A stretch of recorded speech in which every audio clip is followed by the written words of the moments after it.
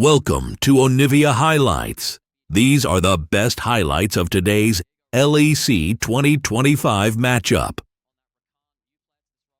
Even though every lane is actually pushing right now. It's not the best situation for a jungler. He gets one of those scuttle crabs and he's not falling behind at the first early opportunity, but he's not bot lane now for a dive potentially. Tried to shield the early dive, and Elio just turns up a little bit later, looking for the double grasping route. Alvaro takes a lot of turret aggro, but it doesn't matter. Super claims first blood. BDS left alone under their tower. 113 went for a top scuttle and MKOI went to CJ he is around, yeah, Hysteric's on the next cast, so there you go. Maybe it's just a premonition. Nuke hops across the belt.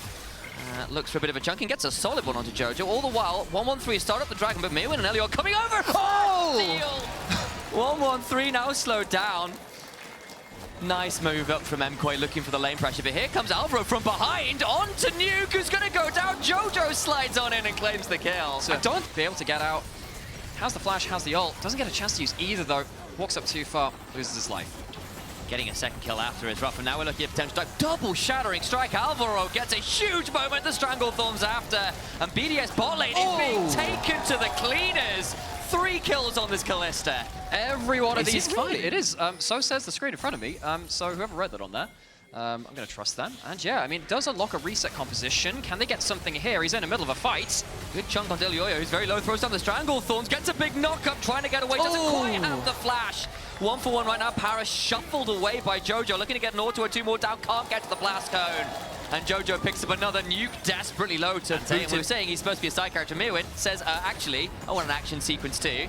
Super, summons the Fate's Call. Alvaro goes for a crash down on top of 2. 113 is around, teleports continue to fly as MKOI want to really force this, and a rend comes on out, and down goes Ice, melted in front of our eyes. Oh, you can tell that's super first turret as well. Yeah, 6 grubs on Azir, who's pushing lanes, on Kalista, on the Cassandra is pushing as well. Yeah, the only way that gets worse is by having those 6 grubs, and I don't know, it's raining as well or something. So just a little bit of extra misery.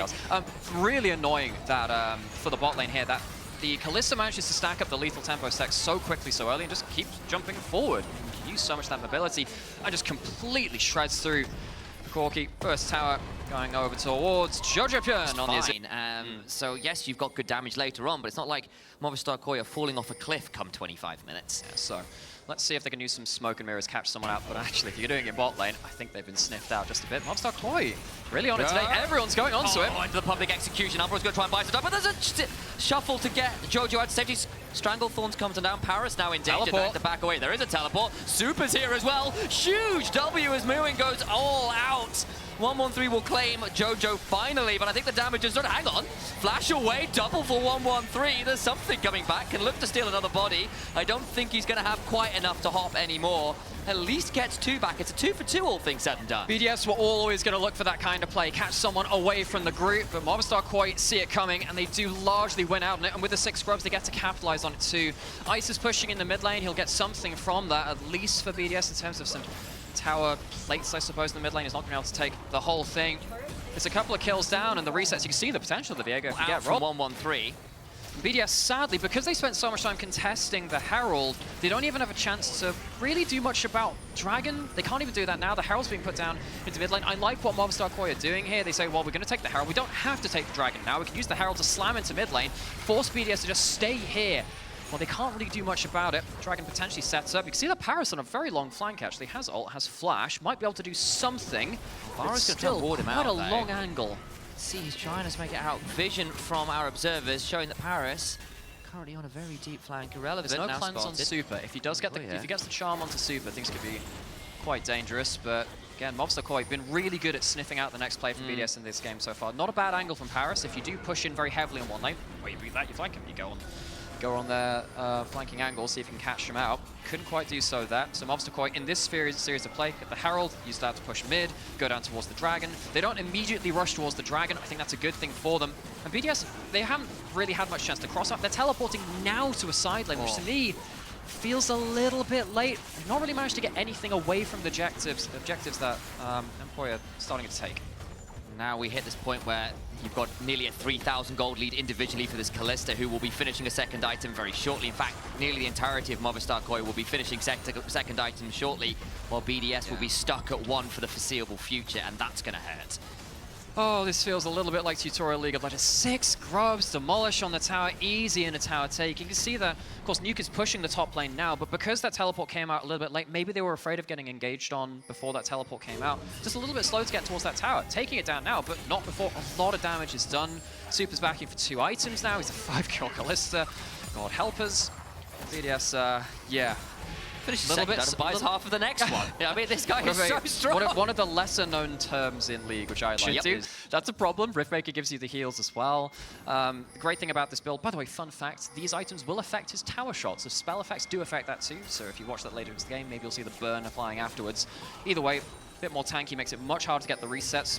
Bit of a brush bait. Nice push bait. It's onto the backline. Super and Elioya caught out. Huge play from BDS. Can they finish the job though? As 113's gone in and not really got the reset they were looking for.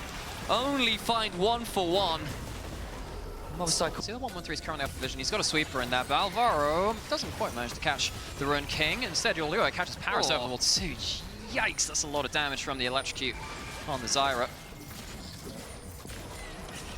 Go on towards the Atacans. Sticking it full of spears currently. Again, you are now into a position where even if you contest, it's not even with the Kalista end. And 113 caught out trying to find an angle to come in and see what's happening at Atakan and just dies. Now there's no smite contest at all.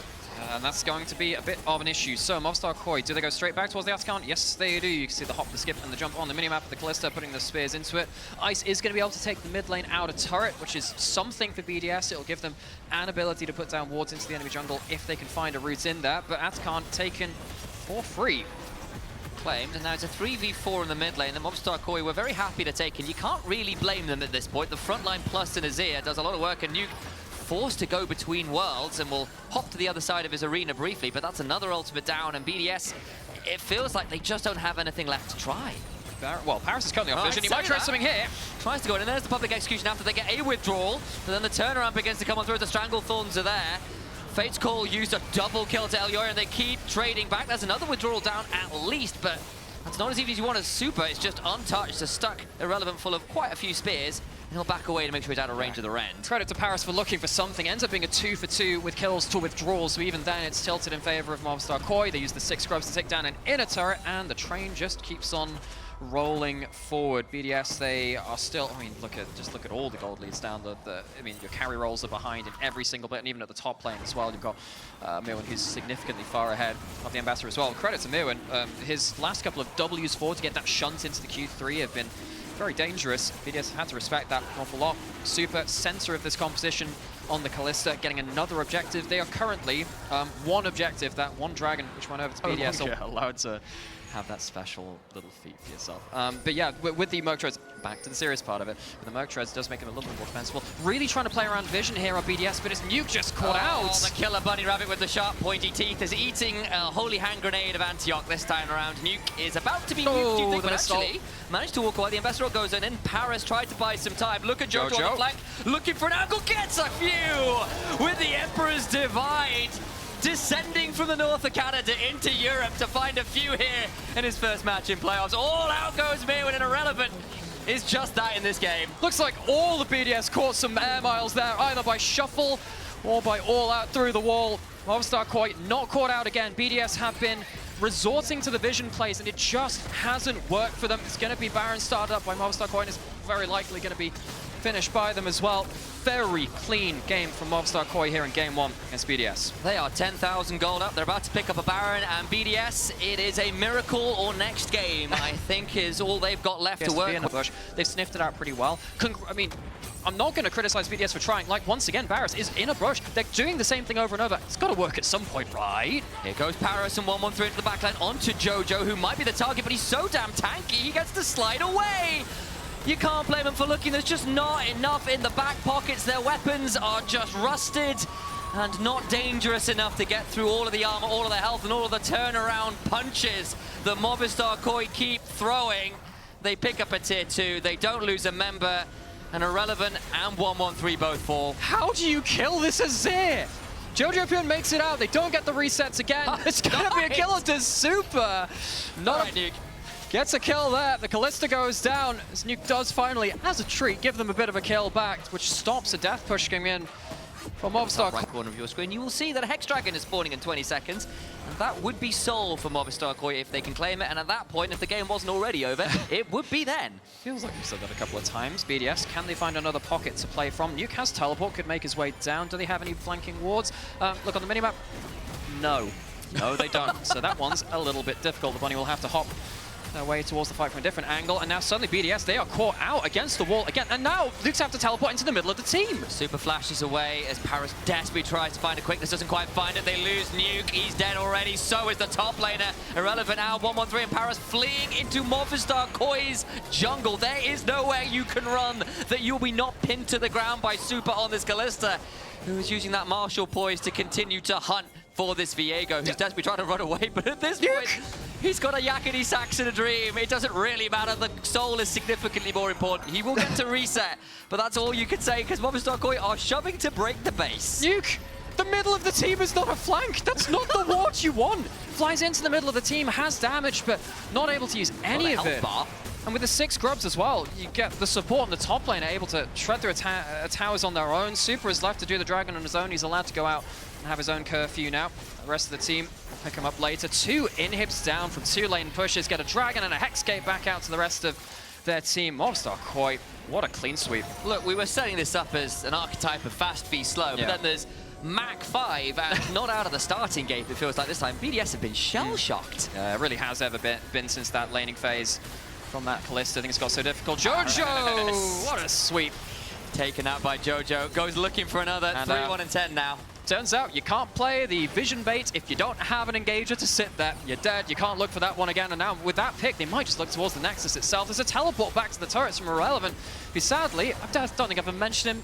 Besides that, this game, he's not had anything to do. Movistar KOI moving towards the turrets. Looking to end the game. Movistar KOI hop on forwards, and BDS are going to throw one last gasp. But it is just their last breath before Movistar KOI put them out of their misery. It has been a shellacking. They have destroyed this game from the early tower dive, from the early 2v2 damage, and they've not looked back. Taking a fair amount of damage shoving through these turrets, though. They've got Hex Soul and a Dream, and the Nexus likely still falls. Movistar KOI going to play with their food a little before ending it all. Appetit for the series. First game of Fearless down. Movistar KOI, this was not close. BDS back to the drawing board.